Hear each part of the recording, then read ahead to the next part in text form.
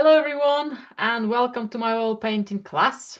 And today we're working in tone using our little grid of darknesses and interpreting an image just through that a variety of greys, blacks and whites.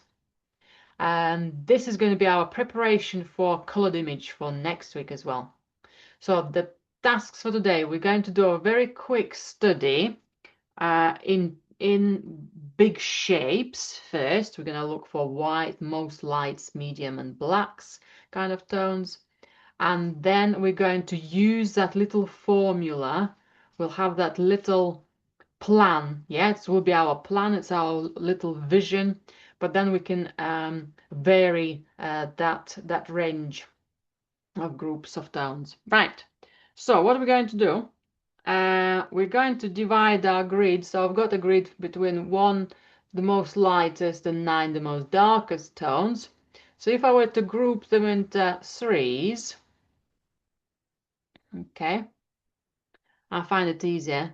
So we'll have the most light one. So we can kind of combine. So anything we want light on the picture here, we kind of anything between 1 to 3, we can kind of combine into a white group, okay, white shape, just for this image. Anything we want very dark, probably our rocks, most of our rocks going to be there. That's going to be, yeah, there are loads of darks, there is something in between, there's something slightly lighter, but we're going to group it up, and that's going to be our most darker one. And then everything after, so it's all our water except the white foam, is going to be in the middle, okay? And then we come here, we can then use that range and expand it. So we're looking for, I'm going to start with using my tapes. So today I only have some white and black, so I'm using Payne's Grey for black. Got a little bit of blue in it, so that's quite nice. So I'm going to use some tapes for my sketch. So if I were to leave my white as it is, for now, okay, and what will be the easiest shapes to pick to kind of if we were to work into 3 categories: white, something middle and something black. So let's find our black shapes of the rocks first. Okay, so I'm gonna just dilute my black a little bit. It will still stay quite solid black. Okay, let's find approximate location of these gorgeous rocks. Approximately, so there's one as a big one coming out here. How far is it going for the halfway through point in our picture? Maybe not quite all the way. Okay, so I might just finish it somewhere here. I'm not too worried about fine tuning its ridges. For now, I'm more interested in its overall shape. Okay, something's going up here. Can I just color it all in? Block it, block it, block it.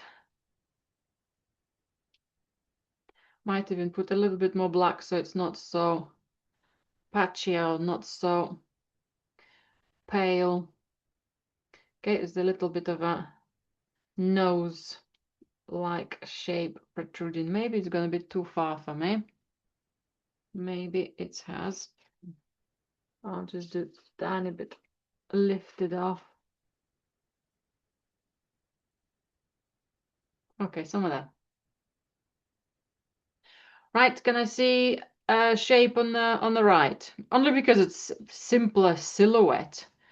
If I were to find out where it is height-wise, so that's my halfway through point in the picture, just possibly halfway through or maybe just tiny bit below, so somewhere there, that shape goes somewhere here, and maybe it's actually smaller. Okay, so that's going to be somewhere here. And there's some other rocks closer to us, but they're all standing together in a silhouette.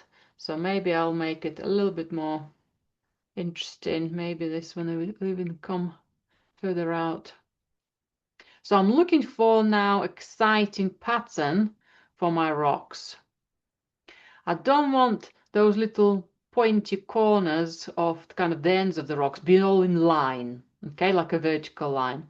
or very similar in height. So that's why I deliberately moved one more further in and another one extra further out.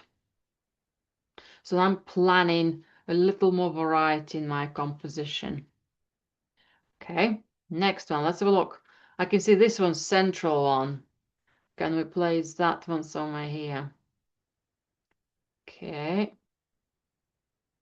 somewhere here, going slightly taller at one point. Okay, I think this one is somehow drying too pale. I think my paper absorbed quite a lot of that paint.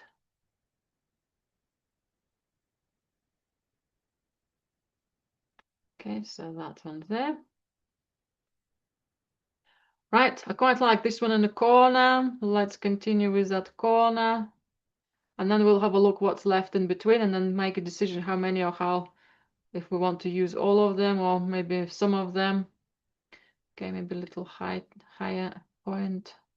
So this is our opportunity to observe big shapes and make a little bit of a plan what we might on a larger scale look more into details.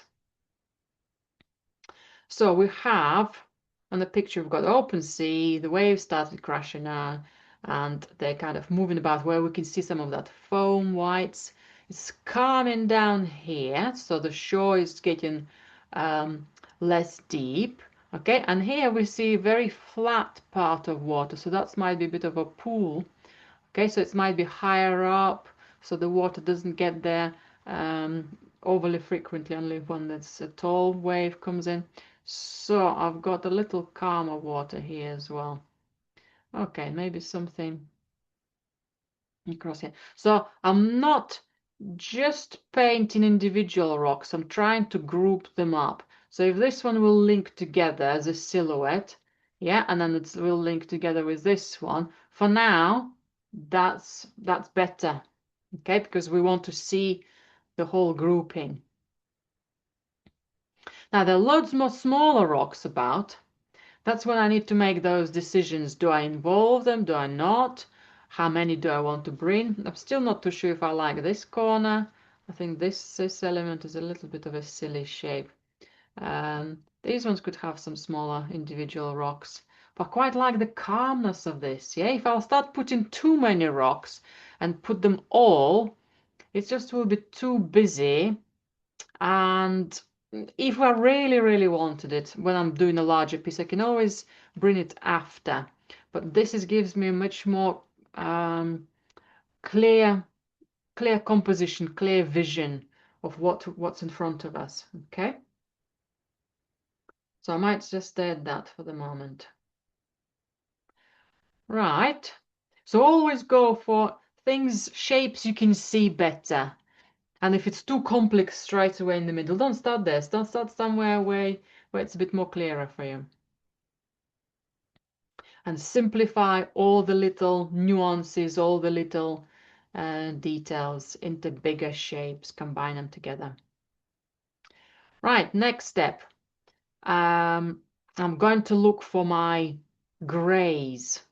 Okay, now if I were to say to you, let's go and find a shape for white, that's going to be a bit harder because there is a bit of a splash here, there is a line there, there is a little surface here, there is a tiny bit here, there's something quite ziggy-zaggy in here. There's okay, bigger area here, there's loads of spider nets like things, yeah, tiny little dabs in there, so that's complex.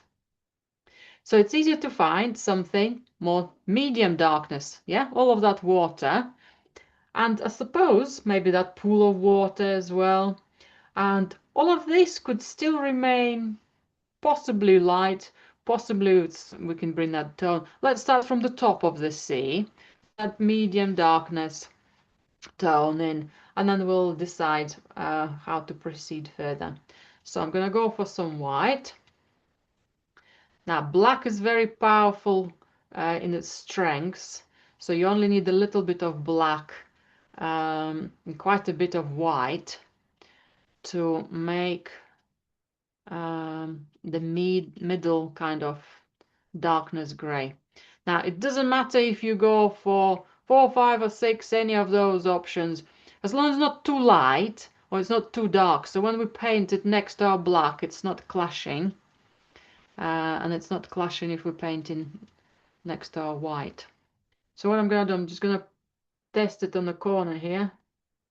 Okay, I think I might just go tiny bit darker and maybe a little bit more white so my paint is not going to run out.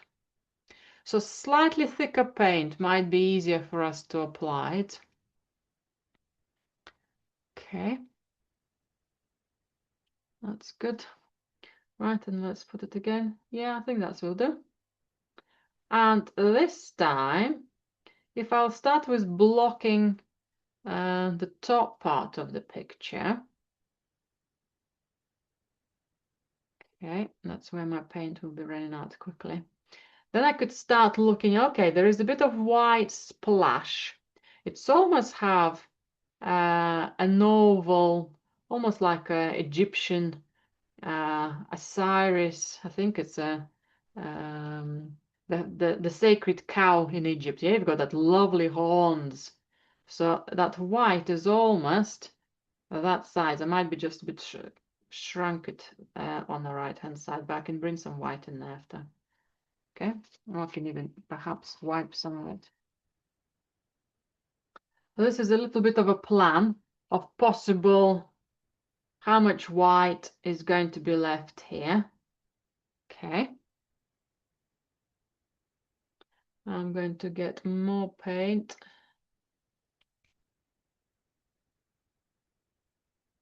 Right. Then I'm going to carry on the same gray. There are changes in tone from kind of the top part of the photograph here, coming up to the rocks. As things are changing. But for now, I want to see an overall shape of that gray. As if you would have been painting something or cutting out from colored paper or something, a shape, a gray paper, gray board or something. So you only see that block, not textures, nothing. Right. So I can paint all of that water here as well. I'm going to ignore all the little nuances and little waves for now. And a slightly, kind of halfway through maybe this larger rock, we start to have some turbulence. So I'm going to find an approximate, kind of looking for lighter grays, the white foams, and there are some lighter in on the photograph in color. Probably will have more of a turquoise or pale blues there. So kind of that little border. It hasn't got a perfect border, but approximately something going on here, kind of in horizontal direction. Something goes a little bit up and down. Okay, so that's that.